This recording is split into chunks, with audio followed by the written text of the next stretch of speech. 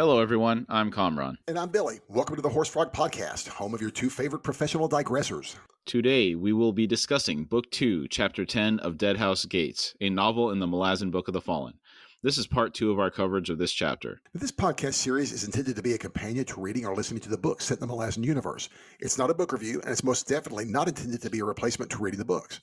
Know that Kamraun and I know that this series is the best fantasy story ever written, and we're approaching this from a purely fanboy point of view, and there's going to be no literary critique. We will simply marvel at this amazing book. Marvel at its beauty. Yes. We will be covering the events of the books in a linear fashion. There will be spoilers for those that have not read the books. We will try not to spoil anything prior to us covering that portion of the respective book. Now, a quick warning, today's episode will contain scenes of sorcerers and non-sorcerers violence, coruscating and non-coruscating. So today's episode is not recommended for children. Our show is listener supported. If you would like to support us, we'd really appreciate it. You can do so by visiting our Patreon link on our website at horsefrogproductions.com. Currently, we're posting ad-free episodes on Patreon weekly. And also, we would really like to hear from you, so send any feedback or comments to contact@horsefrogproductions.com. All right, Chapter 10, Part 2. We pick up the chapter immediately after the undead Nil summoned have emerged from the ground and engaged the enemy forces. When the undead reached the enemy forces, their corroded weapons shattered and snapped against modern iron. Pieces of the skeletal bodies flew, figures stumbled, then fell, too broken to rise again. Duiker asked, must they live through their defeat a second time? Nil shrugged and said, they purchased us a spell to breathe, to steady ourselves. Remember, historian, had these warriors won the first time, they would have done to their victims what was done to their own families. Nil slowly shook his head and said, there is little good in people. Little good. Duiker thought, some old man's voice comes from the boy. Remember that. Duiker retorted, yet it can be found, all the more precious for its rarity. Nil gathered the reins of his horse and with a hard tone said, you'll find none here, historian. We are known by our madness. This, the island's ancient spirit shows us. The memories that survive are all horror, our deeds so dark as to sear the land itself. Keep your eyes open, we're not finished yet. That's a pretty dark view of the world, and it kind of makes you wonder what all he's witnessed in his past lives beyond what we already know about. Oh, I know it. It really makes me want to know more about these past lives. What kind of crazy stuff they've seen. Need a Wiccan prologue. Yes. Yes. Kind of like they did with Yellowstone. Yeah, we need the intro like the one that when we introduce to us. We need that intro for the Wiccans. Oh, yeah, interesting. What are those, like 300 or 400 page intros? Yeah. Duiker said nothing as he watched Nil ride toward the line. Impossibly to Duiker's mind, the path before the refugees suddenly cleared, and they began crossing. He looked up and saw the sun edge toward noon. Somehow, it had felt much later. He glared back at the dust-shrouded river and thought the crossing would be a terrible thing. The deep water perilous on both sides, the screaming of children, the old men and women, too weak to manage, slipping away in the current, vanishing beneath the surface. Crow Clan horse warriors rode around the edges of the milling, fearful thousands of refugees. With long, blunted poles, they kept the crowds from spreading and spilling outward. They swung them down to crack shins or knees and stabbed at faces. The refugees flinched back wherever they rode. Man, they're herding them like cattle. Yeah. When people get in groups of this size, I suppose they aren't that dissimilar to herds of animals in their behavior patterns. I agree. It is kind of funny to see them here doing this. I forgot that they were using sticks to corral them. At Duiker's side, List said, historian, we should find horses. Duiker shook his head and said, not yet. This rearguard defense is now the heart of the battle. I'm not leaving. I have to witness it. List said, understood, sir, but when they do withdraw, they'll be collected by the Wiccans, an extra soldier for each rider. Coltane and the rest of his clan should be joining them soon. They'll hold this side of the ford to allow the rearguard to cross. If we don't want our heads on spears, sir, we'd better find some horses. After a moment, Duiker nodded and said, do it then. List said, yes, sir, then headed off. The enemy's regular infantry, having destroyed the last of the skeletal warriors, now pushed hard. Bolstered by the steady nerves and efficient brutality of the Marines among them, the auxiliaries continued to drive the regulars back. The Weasel Clan horse warriors had split into smaller troops, mixed bowmen and lancers. Wherever the line seemed about to buckle, they rode to support. Nil commanded them, his shouted orders piercing through the clash and roar of battle. He seemed able to sense weakening elements before such faltering was physically reflected. His magically enhanced sense of timing was all that kept the line from collapsing. That seems like a really useful ability to have on hand in a situation like this. Oh, yeah. Being able to tell where your defenses are going to collapse and you go over and shore it up real quick. That's very impressive. Yeah, what do you think is giving him that ability? Do you think it's the old lives inside of him and just the years of tactical knowledge, or actually it's got to be something magical because of the fact that it's listed right above it talking about his magically enhanced sense of timing. So it's something he's got to be, maybe just something he's doing with, that's maybe part of their Wiccan tribal magic. Huh. I'd be curious what magics are being levied there. Say it was a role-playing game. Right. What would be at use there? Maybe it's a knowledge check. Yeah, yeah, it's a perception. It's definitely perception. I'm sorry, I'm playing Divinity right now, and so yes, it has a lot of the. So yes, it tells me when I have failed some perception rolls. I'm like, yes. So, knowledge checks always crack me up because you're like, yeah, you do know that, and you have to try to convey the knowledge that they're supposed to already know. Yes, if they won the knowledge check, or it's great. We're like, you know about that, but then they don't actually know about it, so you're kind of misleading them on the information. What's bad is when you roll the one. You have the knowledge. You've got you the definitely knowledge, know about that. but you either have a stroke or your tongue falls out. Something just like that's such a critical failure. You know, you've just lost your ability to communicate. What? I don't know. Yeah. Oh. To the north, Chemist Rello had finally begun moving with his elite force. Archers to the fore, the heavy infantry marched in ranks behind the Tethanzi screen. They would not challenge the leadwoods and marsh, however, and slowly wheeled eastward to skirt its deadly edge. And that's where that thirsty spirit was getting into them in those leadwoods. Yes. The peasant army now pushed behind the Sialk and Hisar infantry, the weight of tens of thousands building to an unstoppable tide. Duiker looked anxiously to the south and wondered, where was Coltane? The village of Lenbarl was burning, and the battle still raged. If Coltane and the bulk of his Crow clan could not disengage soon, they would be trapped on this side of the river. Duiker noted Nil's head jerked in that direction again and again. Then Duiker finally realized that the young warlock was in communication with his fellow warlocks, the ones in Coltane's company. He thought control, and the illusion of control. List rode up, leading Duiker's own mare. List did not dismount as he passed the reins over. Duiker swung himself into the familiar saddle and whispered a word of gratitude to the Wiccan elders who had so lovingly attended to his horse. The animal was fit and full of life. He thought, now if they could manage the same with me. I bet we could all use some of that. Yes, that or some spice from Dune. So, you would imbibe, Billy? Absolutely. The spice? Absolutely. Yes. I want to take my shot. I want to be the Kwisatz Haderach. Okay. Yeah, but you got to have that Mentat training too. I know it. I would fail the Mentat training. You got to prep the mind to see all the possibilities. Yes, you do. Joking aside, those elders, the Wiccan elders, they worked wonders on that horse. It only took one day to get her patched up. I know it. And I'm so glad that we get another crazy horse with tons of attitude that has survived to fight yet another day. That's great. Do you pick up attitude from her? Because he always refers to her as steady, faithful, hasn't tried to bite him, kick him, any of that kind of stuff. No, it's just, I think any horse that can go through and especially deal with the chaos of battle and stuff like that is going to be a good mount just because they keep their cool. So his horse has been, out of the three that we've looked at, he has the relaxed, good-natured horse. But it's a well-trained horse and seems to be a good horse. Yeah, definitely a little bit less sassy than the other two. Less likely to bite your face off. Yeah, well, I mean, part of it is, so Kalam has a stallion. So, I mean, that testosterone naturally is going to make that thing a raging beast in certain situations. And then you have Fiddler's horse. That's that Grawl upbringing. Mm-hmm. Yeah. They don't take kindly. They don't take kindly to those that don't take kindly. Yeah, that scene, I love it. It did not like the insult. No, you know that dude's face. I'm sorry, you brought up something last week, and when I just said I don't take kindly to those that don't take kindly, that was a South Parkism. But I did see the image for Panderverse. I did not realize that the boys were now not boys. Oh yeah, and part of it they are replaced. Yes, by people of color, by ladies of color. Yes. Oh my word.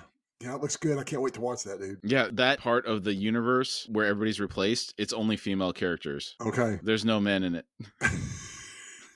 Wait, does this include Randy? Yeah, the cops, everybody. It's all females. Everybody's all females. I don't want to ruin that much, but when Mr. Garrison walks in, I lost it. Okay. It was perfect. Okay. Now I'm really ready to see Mrs. it Garrison, now. I should say. Okay. All right, moving along. The rear guard began yielding ground once again, relinquishing the old channel as the enemy pushed relentlessly. Chemist Rello's heavy infantry was perhaps 5 minutes from striking the north flank. Duerker said, "This isn't looking good." List adjusted his helmet strap and said nothing, but Duerker saw the tremble in the lad's hands. Weasel clan riders were streaming from the line now, burdened with wounded soldiers. They rode past Duerker's position. Their tattooed faces and bodies made them look demonic. Duerker's gaze followed them as they headed toward the seething refugees. The mass of civilians on this side of the river had shrunk considerably since he last looked. He thought, too fast. They must have panicked at the ford, thousands drowning in the deeps. A disaster. List said, "We should withdraw now, sir." The rearguard crumbled. The stream of wounded grew. The horses that thundered past were each carrying 2, sometimes 3 fighters. The line contracted. The flanking edges drew in toward the center. In minutes, they would be encircled. Duerker thought, then slaughtered. He saw Captain Lull as he bellowed commands to the few remaining soldiers to form a square. Mysteriously, the Sialk and Hussar infantry paused, there on the threshold of complete victory. Off to one side, the heavy infantry arrived, 2 rectangular blocks, 50 soldiers across and 20 deep, bands of archers now in between those blocks and to either side. For a moment, stillness and silence rose like a barrier in the open space between the 2 forces. The Weasel clan continued plucking footmen. Lull's square disintegrated from the side, and it became a 3-sided hollow ring. List said, "The last of the refugees are in the water. We have to ride." Duerker demanded, "Where in Hood's name is Coltane?" From a dozen paces away, Nil reined in amidst a rolling cloud of dust. He shouted, "We wait no longer! Thus the fist commands. Ride, Historian!" Horsemen gathered the last of Lull's troops even as, with an air-trembling roar, the enemy ranks rushed in. Avenues opened between the infantry. The frenzied rage of the peasant horde was unleashed. List frantically cried out, "Sir!" Duerker cursed and wheeled his mount, then drove his heels into the mare's flanks. They bolted after the Wiccan horse warriors. The peasant horde poured in pursuit, eager to claim this side of the ford. The Sialk and Hussar infantry and Chemist's heavy infantry maintained discipline and let the peasants go unescorted. Wiccan riders were plunging into the dust clouds ahead at full gallop. At that speed, they would clash with the rear elements of the refugees who were still in the midst of crossing. Then, when the peasant army hit, the river would run red. Duerker reined in and shouted to List. List glanced back, his expression one of shock. He sawed the reins, his horse skidding and slipping on the muddy slope. Duerker yelled, "We ride south, along the bank. We swim the horses. Ahead lies chaos and death." List fiercely shook his head in denial and yelled, "Historian!" Without awaiting a reply, Duerker swung his mount to the left. If they rode hard, they would clear the island before the horde reached the ford's bank. He drove his heels into the mare's flanks. The animal lunged forward. List again yelled, "Historian!" Duerker shouted, "Ride or die, damn you!" 100 paces along the shore was the sunken mouth of the old oxbow. Beyond it rose the hills shielding Lenbarl. He thought, if Coltane extricates himself, he'll do the smart thing, straight into the river. Even if the current carries them down to the ford itself, they'll have a head start. A few hundred drowned is a damn sight better than 3,000 slaughtered trying to retake this side of the ford. As if to defy his every thought, Wiccan horse warriors appeared, sweeping down the opposite slope. Coltane rode at the head, his black feathered cape a single splayed wing behind him.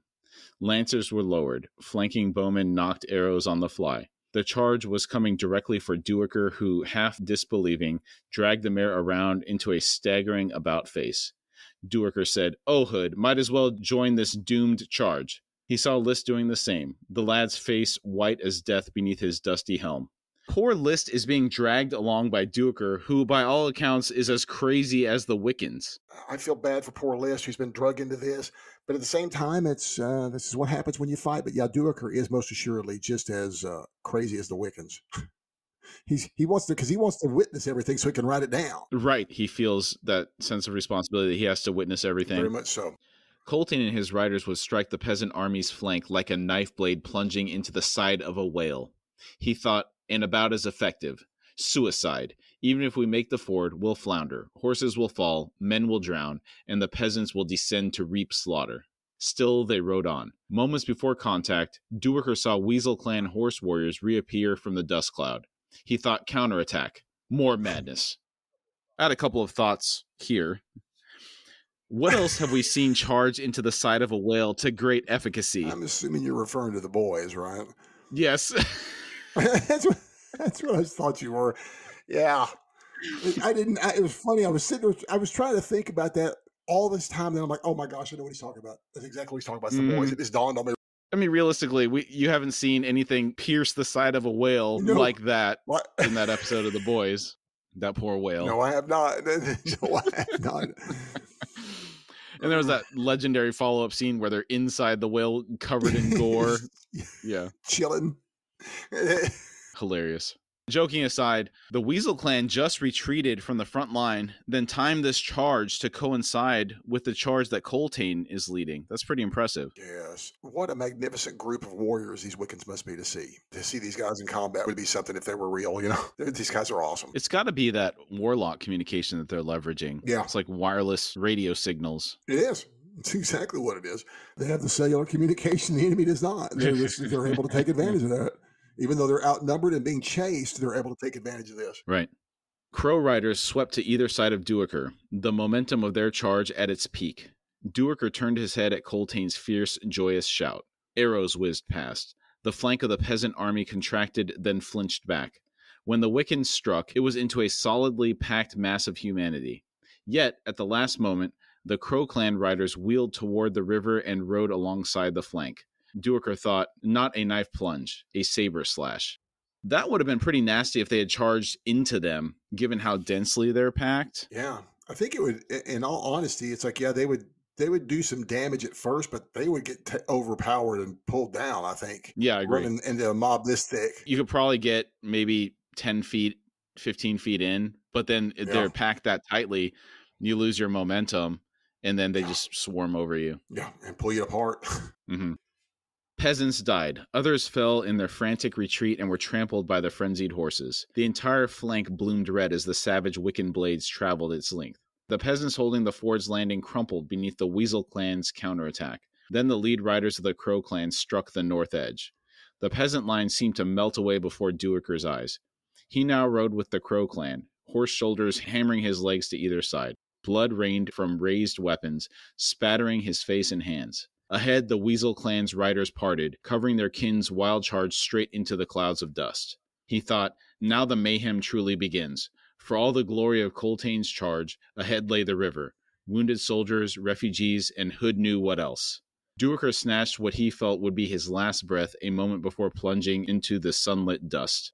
His mare splashed water, yet barely slowed. The way before him stretched clear, a swirling, strangely choppy sweep of muddy water. Other riders were barely visible farther ahead, their horses at a full gallop. Duiker could feel the unyielding, solid impact his mare's hooves made as they rode on. There was not 4.5 feet of river beneath them, but half that. And the hooves struck stone, not mud. He did not understand. Corporal List appeared alongside the historian, as well as a straggling squad of Crow horse warriors. One of the Wiccans grinned and said, Coltane's road. His warriors fly like ghosts across the river. Various comments the night before returned to Duiker. He thought, Tumlet, that nobleman's observations. Reinforced wagons apparently overloaded with wounded. Stonecutters and engineers. The wagons crossing first and taking most of the night to do so. The wounded were laid atop the stone blocks. The damned engineers had built a road. It still seemed impossible, yet the evidence was there beneath him as he rode. Poles had been raised to either side, strung with rope made from Tethanzi hair to mark the edges. A little over 10 feet wide, what was surrendered in width was made up for with the relative swiftness of crossing to the other side. The ford's depth was no more than 2 1/3 feet now, and had clearly proved manageable for both livestock and refugees. This is yet another core memory for me. This really interesting tactic implemented by Coltane here. Yes, and I agree. This is a core memory, this whole chapter. But in particular, the Coltane's Road bit here is a very core, very great tactic here. It's just awesome. That detail of the Tethanzi hair making up the ropes, that's pretty crazy. Yeah, it is. That's all those scalps they took. Yeah, yep. They're just so efficient, dude. These guys, I love that they've been able to keep this under wraps while there's a war going on all around them. Absolutely amazing. I was thinking about that. I was like, why would they do that? And I guess they thought they might have spies potentially. Yeah.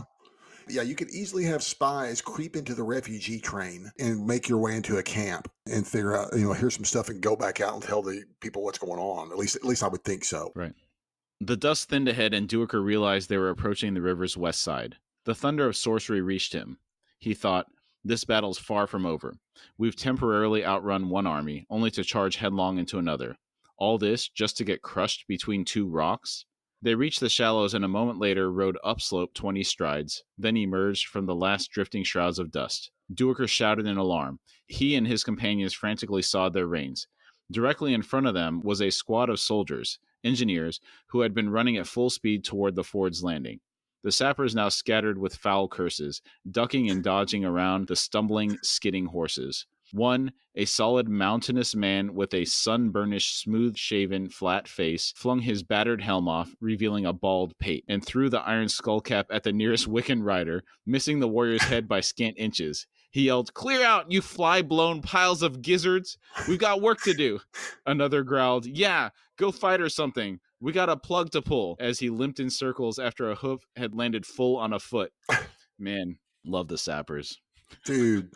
These sappers, I wish we would have a chance to know this group of sappers as well as we know another group of sappers, because we only kind of know about these guys in a tertiary way, and they're so important, but they're so funny, and they're always sappers here. They're all just some foul-tempered dudes.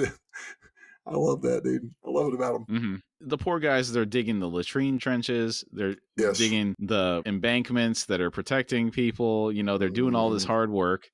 I mean, other people are doing hard work too, but it seems like they get a lot of that grunt work. Yes. You think back to what the bridge burners were doing at Pale. Yeah. They were underground for 2 years trying to undermine the city's walls, digging through solid rock. Yeah, crazy stuff, dude. Hard work. And granted, not all the bridge burners are sappers, but it's a similar type of responsibility. Yes, it is. Duiker ignored the sappers and spun the mare around to face the ford. Whatever sorcery had held the dust over the water was now gone. The clouds had already drifted 50 paces downstream. Coltane's road was now a mass of armed, screaming peasants. The second sapper who'd spoken now scrambled to a shallow pit overlooking the muddy landing. The big sapper commanded, "Hold off there, Cuddle," his eyes on the surging thousands, the lead elements now in the middle of the crossing. The man anchored his huge hands on his hips, glowering and seemingly unaware of the rapt attention his squad held on him, as well as that from Duiker, List, and the half-dozen Wiccan horsemen. He rumbled, "Got to maximize. Bastard Wiccans ain't the only ones who know about timing." Mm-hmm. The horde's vanguard looked like the iron-fanged maw of a giant snake and was 3/4 across. Duiker glanced behind and saw rising columns of smoke and the flash of sorcery, concentrated on the right flank of the 7th's defensive positions. The faint screeching Semp war cry drifted from that flank. A fierce melee was underway at the first earthworks. The big sapper said, "All right, Cuddle, yank the hair." Duiker swung back to see Cuddle raise both hands. They gripped a long, black cord that trailed down into the water. Cuddle's dirt-smeared face twisted into a fierce grimace. His eyes squeezed shut. Then he pulled. The cord went slack. Nothing happened. Duiker chanced to look the big sapper's way. He had a finger stuck in each ear, though his eyes remained open and fixed on the river. Realization struck Duiker even as List cried, "Sir!" The ground seemed to drop an inch under them. The water on the ford rose up, humped, blurred. The hump seemed to roll with lightning swiftness down the submerged road's length. The peasants on the river simply vanished, then reappeared a heartbeat later, even as the concussion struck everyone on shore with a wind like a god's fist, in blossoms of red and pink and yellow, fragments of flesh and bone, limbs, hair, tufts of cloth, all lifted higher and higher as the water exploded up and out in a muddy, ghastly mist. Duiker's mare backstepped and tossed her head. The sound had been deafening. The world shivered on all sides. A Wiccan rider had tumbled from his saddle and now writhed on the ground, hands held to his ears. The river began to fall back, horridly churned with bodies and pieces of bodies. The giant snake's head was gone, obliterated, as was another third of its length. All who had been in the water were gone. Though he now stood close by, the big sapper's words sounded faint and distant to Duiker's ringing ears as he said, 55 cussers, what the 7th's been hoarding for years. That ford's now a trench. Ha! Then his satisfied expression drained away as he said, Hood's toes. We're back to digging with shovels. That must have been quite a scene, and loud. I'm surprised Duiker didn't have his eardrums blown out. I know it. I'm assuming that would probably save some of the worst damage from it going off underwater. So at least the water absorbs some of the noise. Not a lot, but it absorbs some. Oh, like the pressure wave? Yes, it absorbed a lot of that pressure wave that would have blown your drums out. That one Wiccan guy got messed up pretty bad. Yeah, he did. I love that scene too. Good gracious. That explosion, I think of it looking like when Jaws explodes. Dude, it's kind of like that. It's a combination of two things for me. I imagine the explosion from the good and the bad and the ugly when they blow that bridge up. But imagine that bridge being underwater. and then blowing up like that. It's like, wow, it's just that magnificent of an explosion. It's great. A hand plucked Duiker's sleeve. List leaned close and whispered, Where to now, sir? Duiker looked downstream at the twisting eddies, red-stained and full of human flotsam. For a moment he could not comprehend List's question. He thought, Where to? Nowhere that's good. No place where giving pause to slaughter will yield something other than despair. List said, Sir? Duiker said, To the melee, Corporal. We see this through. The swift arrival of Coltane and his Crow horse warriors to strike at the west flank of the Tethanzi Lancers on this side of the river had turned the tide of battle. As they rode toward the engagement at the earthworks, Duiker and List could see the Tethanzi crumbling, exposing the Semk footmen to the mounted Wiccan bowmen. Arrows raked through the wild-haired Semk fighters. At the center stood the bulk of the 7th Infantry, holding at bay the frenzied efforts of the Semk, while 100 paces to the north, the Gurren heavy infantry still waited to close with the Malazans. Their commander was evidently having second thoughts. Camus Rello and his army were trapped, for this battle at least, on the other side of the river. Apart from the battered rearguard Marines and the Weasel clan, Coltane's force was relatively intact. 500 paces farther west, out on a broad stony plain, the Weasel clan pursued remnants of Gurren cavalry. Duiker saw a knot of color amidst the 7th, gold and red, Berea Cetral and his red blades, in the heart of the fighting. The Semk seemed eager to close on the Malazan lapdogs, and were paying in blood for their desire. Nonetheless, Cetral's troop looked at no more than half strength, less than 20 men. Duiker said, I want to get closer. List said, Yes, sir. He pointed and went on. That rise there. It'll put us in bow range, though, sir. Duiker said, I'll take that risk. They rode toward the 7th. The company standard stood on a low hill just behind the line. 3 gray-haired veterans guarded it. Semk bodies strewn on the slope indicated that the hill had been hotly contested earlier in the day. The veterans had been in the fight, and all bore minor wounds. As Duiker and List rode to their position, Duiker saw that 3 men crouched around a fallen comrade. Tears had clawed crooked trails down their dusty cheeks. Duiker arrived and slowly dismounted. He said, You've a story here, soldiers. One of the veterans glanced up, squinted, then said, The old Emperor's Historian, by Hood's Grin. Saw you in Falar, or maybe the Wiccan Plains. Duiker said, Both. The standard was challenged, I see. You lost a friend in defending it. The men blinked, then glanced around until he focused on the 7th standard. The pike shaft leaned to one side, its tattered banner bleached into ghost colors by the sun. The man growled, Hood's breath. Think we'd fight to save a piece of cloth on a pole? He gestured at the body his friends knelt around and continued. Nordo took 2 arrows. We held off a squad of Semk so he could die in his own time. Those bastard tribesmen snatch wounded enemies and keep them alive so they can torture them. Nordo wasn't getting none of that. It's stories like these that really bring the Malazan soldiers to life for me, and one of the reasons I love them so much. They went through a lot for their fallen brother here. Yes, they did, and that's, I always forget how touching. This book, in particular, has, I think, this is the beginning of the weeping book. This book has some scenes where I get kind of choked up over things like this. Not heavy choked up, but just, it's very touching. You're right. It makes these people so very real because it's such a human and very just kind of thing that someone does for people out of decency sometimes, I imagine, in war and in combat. You get guys doing this, I'm assuming. I find it very touching. And like you say, it's what adds so much depth to this and makes these people so real. That loyalty they have for each other. I do too. Duiker was silent for a long moment. He asked, "Is that how you want the tale told, soldier?" The man squinted some more. Then he nodded and said, "Just like that, historian. We ain't just a Malazan army anymore. We're Coltanes." Duiker said, "But he's a fist." The man grinned and said, "He's a cold-blooded lizard, but he's all ours." I love that. That is so cool that they've adopted him. Yeah, originally they were like, "He's a savage." Yeah, the savage man. They die for him. yeah, exactly. Because he's laying his life on the line for them. He's won their respect. I love it. Duiker smiled and twisted in his saddle to study the battle at the line. Some threshold of spirit had been crossed. The Semk were broken. They died by the score, with 3 legions of supposed allies sitting motionless on the slopes behind them. There would be curses and hot accusations in the enemy camps this coming night, Duiker knew. He thought, good, let them crack apart of their own accord. Once again, it was not to be the whirlwind's day. Coltane did not let his victorious army rest as the afternoon's light faded. New fortifications were raised, others reinforced. Trenches were dug, pickets established.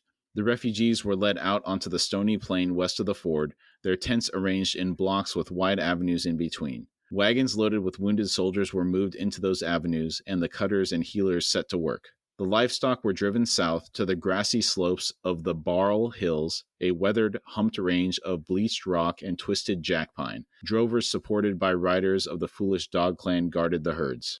In the Fist's command tent, as the sun dropped beneath the horizon, Coltane held a debriefing. Duiker, with the now ever-present Corporal List standing at his shoulder, sat wearily in a camp chair as he listened to the commanders make their reports with a dismay that slowly numbed. Lull had lost fully half of his Marines, and the auxiliaries that had supported him had fared even worse. The Weasel clan had been mauled during the withdrawal. A shortage of horses was now their main concern. From the 7th, Captains Chenid and Solmar recounted a seemingly endless litany of wounded and dead. It seemed that their officers and squad sergeants in particular had taken heavy losses. The pressure against the defensive line had been enormous, especially early in the day, before support had arrived in the form of the Red Blades and the Foolish Dog Clan. The tale of Boreas Citral and his company's fall rode many a breath. They had fought with demonic ferocity as they held the front ranks and purchased with their lives a crucial period in which the infantry was able to regroup. The Red Blades had shown valor, enough to earn comment from Coltane himself. Even though that road they built was quite effective and, it basically allowed them to survive, they still suffered massive casualties in this engagement. Yes, they did. I did not realize that they had lost that much, but that's a big loss. I mean, it's a win, but it's a loss because there's, but yeah, that's a big chunk of fighting people. Additionally, Boreas Citral and his brother Mesker looked to have died in the battle. And last week we were trying to remember if we actually ever got to see their prowess in fighting. Right. To the level that we see Kalam or any of these other really storied fighters. Yes. All we get is they did good, but they died. Yes. That's all we get. Well, they said. Well, it said that they fought really, really valiantly, and so for some reason I was thinking that maybe these guys survived or something. I guess I'm wrong. I guess I am mistaken. We have to be thinking of the other guy, Lostar Yill's commander. Yes, that's who I'm thinking about. That's the fellow I'm thinking about. Because we already saw him fight in that earlier engagement. Yes. Tene Baralta. There you go. He's a pretty bad dude, too. I know for a fact he's a pretty bad fella. Yeah, well, we actually get to see him fight. Yes. Sormo had lost 2 of his warlock children in the struggle against the Semk wizard priests, although both Nil and Nether survived. He said, "We were lucky. The Semk god is a vicious ascendant. It uses the wizards to channel its rage, without regard for their mortal flesh. Those unable to withstand their god's power simply disintegrated." Lull said, "That'll cut their numbers down." Sormo said, "The god simply chooses more. More extreme measures must be taken." More and more, Sormo had begun to look like an old man, even in his gestures. Duiker watched the youth close his eyes and press his knuckles against them. The others were silent until Chenid asked, "What does that mean, Warlock?" Bolt said, "Words carried on breath can be heard by a vengeful, paranoid god. If no alternative exists, Sormo, then proceed." Sormo slowly nodded. I did like that little sentence there from Bolt. It kind of gives you some insight into what you should say and what you shouldn't say verbally. So they're kind of speaking in code a little bit here about needing to do something about this god. but to actually say what they're going to do could put their plan out there, which could be intercepted. That's true. I see that very well. After a moment, Bolt sighed loudly. He paused to drink from a bladder before he said, Chemist Rello is heading north. He'll cross at the river mouth. Sakala town has a stone bridge, but to do so means he loses 10, maybe 11 days. Salmar said, the Gurin infantry will stay with us, as will the Semk. They need not stand toe-to-toe to do us damage. Exhaustion will claim us before much longer. Bolt's mouth pressed into a straight line. He said Coltane had proclaimed tomorrow a day of rest. Cattle will be slaughtered, the enemy's dead horses butchered and cooked, weapons and armor repaired. Duiker lifted his head and asked, do we still march for Ubarid? No one answered. Duiker studied the commanders. He saw nothing hopeful in their faces. He said, the city has fallen. Lull said, so claimed a Tathanzi war leader. He had nothing to lose in telling us since he was dying anyway. Nether said he spoke truth. The Malazan fleet has fled Ubarid. Even now, tens of thousands of refugees are being driven northeast. Chenid sneered and said, more squalling nobles to perch on Coltane's lap. Duiker said, this is impossible. If we cannot go to Ubarid, what other city lies open to us? Bolt said, there is but one. Aaron. Duiker sat straight and yelled, madness! 200 leagues? Lull bared his teeth and said, and another third to be precise. Duiker asked, is Pormqual counterattacking? Is he marching north to meet us halfway? Is he even aware that we exist? Bolt's gaze held steady on Duiker. He said, aware? I would think so, historian. Will he march out from Aaron? Counterattack? Bolt shrugged. Lull said, I saw a company of engineers on my way here. They were weeping, one and all. Chenid asked, why? Is their invisible commander lying on the bottom of the Sakala with a mouthful of mud? Lull shook his head and said, they're out of cussers now. Just a crate or two of sharpers and burners. You'd think every one of their mothers had just croaked. Dude. Wow. They did say they had built that number of cussers up over several years. And yes, these are coveted items. The munitions for these snappers. Yeah, they are. And the cusser is the supreme munition. We've seen Fiddler use them to great effect. This is something to lament here. I agree. And now they have none of them. Oh, I know it. I can imagine like they're just over there breaking down and everyone thinks they've experienced heavy losses, and they have. Not of people, just of munitions. I just love the way they're crying about it. Coltane finally spoke. They did well. Bolt nodded and said, I wish I'd been there to see the road go up. Duiker said, we were. Victory tastes sweetest in the absence of haunting memories, Bolt. Savor it. In his tent, Duiker awoke to a soft, small hand on his shoulder. He opened his eyes to darkness. A voice said, historian. Duiker said, Nether? What hour is this? How long have I slept? Nether said, perhaps 2. Coltane commands you to come with me. Now. Duiker sat up and asked, what has happened? Nether said, nothing yet. You are to witness. Quickly now, historian. We have little time. Duiker stepped outside to a camp quietly moaning in the deepest hour of darkness before the arrival of false dawn. Thousands of voices made the dreadful sound. Wounds troubling exhausted sleep, the soft cries of soldiers beyond the arts of the healers and cutters, the lowing of livestock, shifting hooves. Somewhere out on the plain north of them rose faint, wailing, wives and mothers grieving the dead. What a sound that would be. Collapsing from exhaustion is probably the only hope you have of getting any sleep with all that noise. Oh, yes. I agree with you. I think that's the only way you would be able to get sleep in a situation like that. Yeah, it's got to be loud with all the people and animals there. Oh, yeah. Well, they've got, I forgot how many thousands. It was like 50, 70,000 refugees or more. I can't remember. It's, I want to say 3 score. Okay. Yeah, somewhere around there, 60,000. Yeah, 60,000. Okay. As Duiker followed Nether, he was drawn into sorrow-laden thoughts. The dead were gone through Hood's gate. The living were left with the pain of their passage. Duiker had seen many peoples as imperial historian, yet among them, not one in his recollection did not possess a ritual of grief. He thought, for all our personal gods, Hood alone embraces us all, in 1,000 guises. When the breath from his gates brushes close, we ever give voice to drive back that eternal silence. Tonight, we hear the Semk and the Tathanzi. Uncluttered rituals. Who needs temples and priests to chain and guide the expression of loss and dismay when all is sacred? Duiker said, Nether, why do the Wiccans not grieve this night? She half turned as she continued walking and said, Coltane forbids it. Duiker asked, why? Nether said, for that answer you must ask him. We have not mourned our losses since this journey began. What a sacrifice they're making. Put your emotions aside. Grief is forbidden. Yes. I mean, like, how do you do that? I love that the Wiccans are able to follow this command and put aside their grief. I don't know how you do that. I don't either. It's a thing, though, apparently, for these people. Duiker was silent for a long moment. Then he said, "And how do you and the others in the 3 clans feel about that, Nether?" Nether said, "Coltane commands. We obey." They came to the edge of the Wiccan encampment. Beyond the last tent stretched a flat killing strip, perhaps 20 paces wide, then the freshly raised wicker walls of the pickets. Mounted warriors of the Weasel clan patrolled along them, eyes on the plain beyond. In the killing strip stood 2 figures, one tall, the other short, both lean as specters. Nether led Duiker up to them. Sormo, Nil. Duiker asked Sormo, "Are you all that remain? You told Coltane you lost but 2 yesterday." Sormo nodded and said, "The others rest their young flesh. A dozen horsewives tend to the mounts, and a handful of healers tend to wounded soldiers.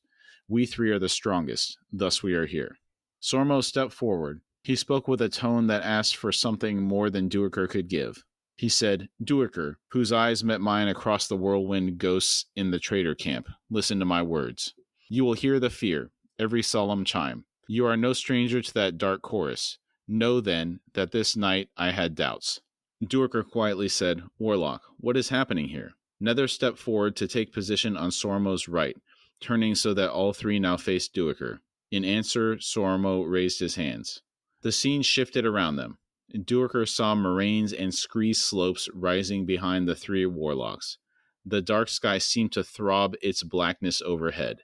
The ground was wet and cold beneath Duiker's moccasins. He looked down to see glittering sheets of brittle ice covering puddles of muddy water. The crazed patterns in the ice reflected myriad colors from a sourceless light. A breath of cold wind made him turn around.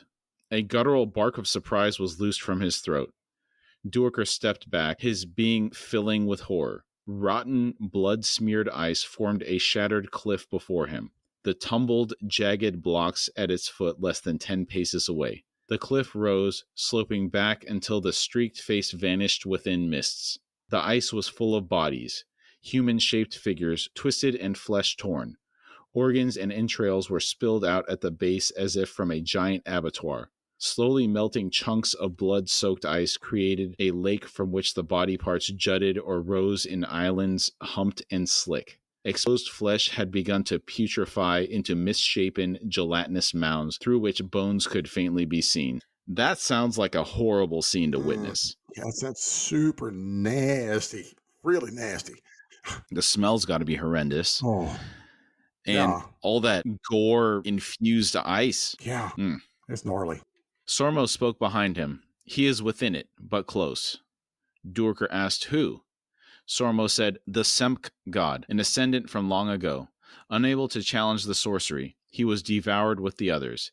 Yet he did not die. Can you feel his anger, historian?" Duiker said, "I think I'm beyond feeling. What sorcery did this?" Sormo said, "Jaghut. To stem the tides of invading humans, they raised ice. Sometimes swiftly, sometimes slowly, as their strategy dictated. In places, it swallowed entire continents, obliterating all that once stood upon them. Fork rule assails civilizations, the vast mechanisms and edifices of the Kachin Shimal, and of course the squalid huts of those who would one day inherit the world. The highest of Amtos Falak, these rituals never die, historian. They rise, subside, and rise yet again. Even now one is born anew on a distant land, and those rivers of ice fill my dreams, for they are destined to create vast upheaval, and death in numbers unimaginable. When we were reading Gardens of the Moon, when the Jaghut were mentioned, it sounded like they were non-confrontational, intended to be the victims of getting hunted down by the Talani mass. Seeing this wall of ice here paints a little bit of a different picture. Even when they cast defensively, the effect of this spell is horrifying. Yeah. Well, they don't care about the effect of the wall. They just care about their privacy, apparently. It's like who gets hurt while they're making a private wall doesn't seem to matter to them. So, yes, it is a very horrific how tough and how fast this stuff is so rapid. It would have been instantaneous, I'm assuming. Had to be for it to be completely full of bodies like that. Yeah. Also, there was a little bit of information in there about the Omtos Phalak. Some of these rituals could go away, then come back again. I thought that was interesting because normally when you think of a sorceress spell or ritual, it's kind of a one and done type deal. And if it loses its efficacy, it's not coming back. That's right. This is a fact that I have completely forgotten too, that it comes back. And you're like, oh, wow, I didn't. But that makes me ask some questions because there's some Jaghut ice that's a part of that New Witness trilogy. So I'm kind of curious about that. It's like, is this just a thing he's kind of said here and it doesn't really follow that course? I'm curious. The final thing in that paragraph was this little tidbit. There's a ritual that's born anew in a distant land and it fills Sormo's dreams. I thought that was interesting. Yes, I do think that's very interesting. There's a possibility that that's referring to something that happens later in the books. Maybe it's foreshadowing. It's got to be. Sormo went on. Think of all such ice holds. Looters of tombs find riches, but wise hunters of power seek ice. Nether spoke. They have begun assembling. Duerker finally turned away from the ravaged, flesh-marred ice. Shapeless swirls and pulses of energy now surrounded the three warlocks. Some waxed bright and energetic, while others blossomed faintly in fitful rhythm. Sormo said, the spirits of the land. Nil fidgeted in his robes, as if barely restraining the desire to dance. A dark smile showed on his child face. He said, the flesh of an ascendant holds much power. They all hunger for a peace. With this gift we bring them, further services bound. Sormo said, historian, and stepped closer, then reached out one thin hand until it rested on Duerker's shoulder. He said, how thin is this slice of mercy? All that anger brought to an end, torn apart, each fragment consumed. Not death, but a kind of dissipation. Duerker asked, and what of the Semk wizard priests? Sormo Winston said, knowledge, and with it great pain. We must carve the heart from the Semk, yet that heart is worse than stone. How it uses the mortal flesh. He shook his head and said, Coltane commands. Duerker finished, you obey. Sormo nodded. Duerker said nothing for a dozen heartbeats, then he sighed. I have heard your doubts, Warlock. Sormo's expression showed an almost fierce relief. He said, cover your eyes then, historian. This will be messy. Behind Duerker, the ice erupted with an explosive roar. Cold crimson rain struck him in a rolling wall, staggering him. A savage shriek sounded behind him. The spirits of the land bolted forward, spinning and tumbling past Duerker. He whirled in time to see a figure flesh-rotted black, arms long as an ape's, clawing its way out of the dirty, steaming slush. The spirits reached it, swarming over the figure. It managed a single piercing shriek before it was torn to pieces. Man, those spirits were hungry. Yeah, you wake up after a couple thousand years, you might be a little hungry. Yeah. Now, the doubts that Sormo had that he conveyed to Duerker, did you pick up that he had reservations about taking the god away from the Semk tribe? Because that's their deity. I felt that as well. I felt like he understood the necessity of doing it for their victory, but he didn't want to justify doing it almost. Okay. They returned to the killing strip near dawn. The camp was already awakening. Wagon-mounted forges were being stoked. Fresh hides scraped, leather stretched and punched or boiled in huge blackened pots. Despite a lifetime spent in cities, the Malazan refugees were learning to carry their city with them, or at least those meager remnants vital to survival. Duerker and the three warlocks were sodden with old blood and clinging fragments of flesh. Their reappearance on the plain was enough to announce their success, and the Wiccans raised a wail that ran through each clan's encampment, the sound as much sorrowful as triumphant, a fitting dirge to announce the fall of a god. From the distant Semp camps to the north, the rituals of mourning had fallen off, leaving naught but ominous silence. Duerker could feel, as he crossed the killing strip back toward the Wiccan encampment, a darker reverberation to the power of the spirits of the land. The three warlocks parted from him as they approached the camp's edge. The reverberating power found a voice only moments later, as every dog in the vast camp began howling. The cries were strangely lifeless and cold as iron, filling the air like a promise. Duerker slowed his walk. He thought, a promise. An age of devouring ice. Someone yelled, Historian! Duerker looked up to see three men approach. He recognized two of them, Nethpara and Tumlet. The fellow nobleman accompanying them was short and round, burdened beneath a golden brocaded cloak that would have looked imposing on a man twice his height and half his girth. Here we go again. Oh, I know it. These guys drive me nuts. Probably by design. Yes. Nithpara was breathless as he hurried up. He said, Imperial Historian Duiker, we wish to speak with you. Lack of sleep and a host of other things had drawn Duiker's tolerance short, but he managed to keep his tone calm as he said, I suggest another time. The third nobleman snapped, Quite impossible. The council is not to be brushed off yet again. Coltane holds the sword and so may keep us at bay with his barbaric indifference. But we will have our petition delivered one way or the other. Duiker blinked at the man. Tumlet cleared his throat apologetically and dabbed his watering eyes. He said, Historian, permit me to introduce the highborn Lenestro, recent resident of Sialk. Lenestro squealed, No mere resident, sole representative of the Khani's family of the same name in all 7 cities. Factor in the largest trade enterprise exporting the finest tanned camel hide.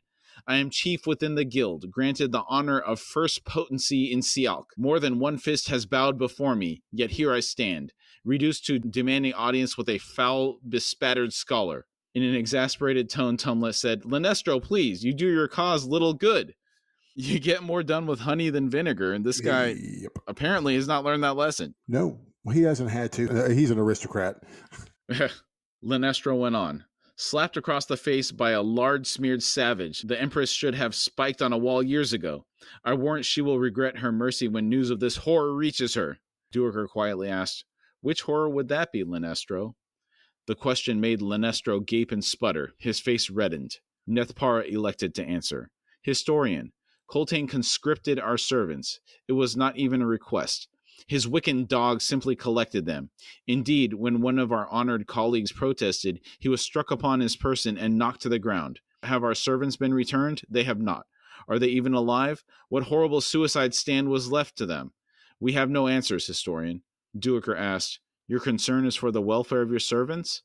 Lenestro demanded, Who shall prepare our meals, mend our clothes, and raise our tents, and heat the water for our baths? This is an outrage. Wow. Tumlet said, Their welfare is uppermost in my mind, and offered a sad smile. Duiker believed him. He said, I shall inquire on your behalf then. Lenestro strapped, Of course you shall, immediately! Tumlet said, When you can. Duiker nodded and turned away. Lenestro shouted, We are not yet done with you! Duiker heard Tumlet say, We are. Lenestro yelled, Someone must silence these dogs! Their howling has no end! Duiker thought, Better howling than snapping at the heel. He walked on. His desire to wash himself was becoming desperate. The residue of blood and flesh had begun to dry on his clothes and on his skin. He attracted attention as he shuffled down the aisle between the tents. Warding gestures were being made as he passed. Duiker feared he had inadvertently become a harbinger, and the fate he promised was as chilling as the soulless howls of the camp dogs. Yeah, I bet he looks rough after all that he's been through on that day. Oh, yeah. Yeah, especially part of what he wrote through is a blood mist as they were running. It talks about it when they're fleeing on Coltane's road there. So, yes, it would look gnarly. Yeah, and he just collapsed without changing after that. Yeah. Then he gets woken up, and then they go, and he gets covered in rotting clumps of ice and flesh and whatever, whenever that happens in that warren. Yeah, it's just gross. Ahead of Duiker, the morning's light bled across the sky. And thus the chapter ends. Great chapter. Great chapter again. Good chapter. All escalation. Started out a little bit slower, setting up everything for the engagement. Man, it's so good. For standout moments, the Wiccans herding the refugees like cattle. That was kind of funny. I think it's so funny how it's exactly like dealing with cattle, and you got to treat them like that when they get that way, because they're not thinking individually at that point. They think like a group. So, yeah, treat them like cattle. I like seeing the efficacy of the Wiccan elders in reviving Duiker's horse. Yes. And I've grown to like so many of the horses in this book. And that was another horse I just didn't want him to lose, because this horse has driven him. Well, he was on the road for 3 months getting here, it said, or 2 months getting here. Yes. Trying to follow them. So that horse has been through a lot. And I'm sure he'd grown quite fond of the horse, because you're on the road with each other. Becomes another companion as well. So that would be, I knew he felt bad for losing it. I'm glad he didn't lose it. Yeah. He was sad when he thought she was going to die. Yeah. The coordinated charge of Coltane and the Weasel clan to beat back the peasant horde was really cool. Absolutely brilliant. Just What a great scene. And a true core memory of the whole series, and leading them folks out there to be blown up is just brilliant, dude. Absolutely brilliant. Agreed. The revelation that the wagons that crossed the river had first built a road. It had been kind of set up a little bit, but there's this whole mystery around it of what's going on. Why are the wagons going first? Why are they so heavy in the mud? Why do you have double the number you need? Then you find out, oh, this is actually a little bit of subterfuge, and it was for this brilliant tactic that they're doing. That was really cool. Really cool. Then the sappers using 55 cussers to blow up said river when it was covered in enemy forces. Yes. Pretty epic. Well, everything involving these sappers and their cussers is just too funny. We needed some lightness in this chapter, and they are the comic relief. Agreed. The fact that they were mourning the loss of the cussers is hilarious. They said they were wailing.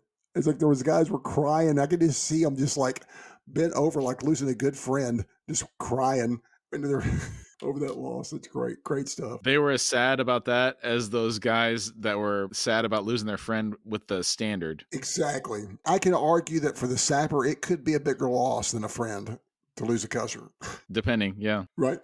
The wall of ice and the bodies trapped within, that was a pretty gnarly scene. Yes. The way it was described. Yes, I agreed. Just still part of core memories here, because this chapter has so many visuals. And that was one of them, but this wall of these people just in this sea of bloody ice kind of thing is a very horrific sight that sticks with you. Yeah, and that wall of ice climbing so high that it disappears into mist. Yeah. That's pretty cool too. It's like those really huge glaciers. Yeah, you just can't even see the top of it. And then finally, the death of the Semp god. That was in and of itself, it was pretty epic the way it was ripped apart by the spirits of the land. Yes. But additionally, Sormo's reservations about killing that god, knowing what it would do to the Semp people, I think that says a lot about Sormo as well. I think it says an awful lot about Sormo, but it also says an awful lot about the Wiccans in general, that while we're working for another people and we might be fighting against you, we don't like doing certain things to tribal people because we were one not that long ago. We understand these issues. Mm-hmm. All right, Billy. Great job tonight. Hey, really good job. And I enjoy this chapter. Such a great action-packed chapter, too. It was the finale before we get into Book 3, Chain of Dogs. Yes. Oh, that's where it gets tough. It's already been tough, but it just continues to escalate. Yeah, the exhaustion is already there. Yes. And imagine how it's going to be as they're harried across the continent. It's going to be rough. That's a hard read. Not hard to read. It's hard to see these people done this too. Their ingenuity at surviving those, pretty epic. Oh, yes. So looking forward to seeing that. Very much so. All right, you got any final thoughts before we drop off here? No, just great episode, brother. Always enjoy it. And I can't wait to start Chain of Dogs. Yeah, I'm excited. Yeah. All right, thanks, everybody. We'll see you next week. See y'all next week. We thank you all for joining us today.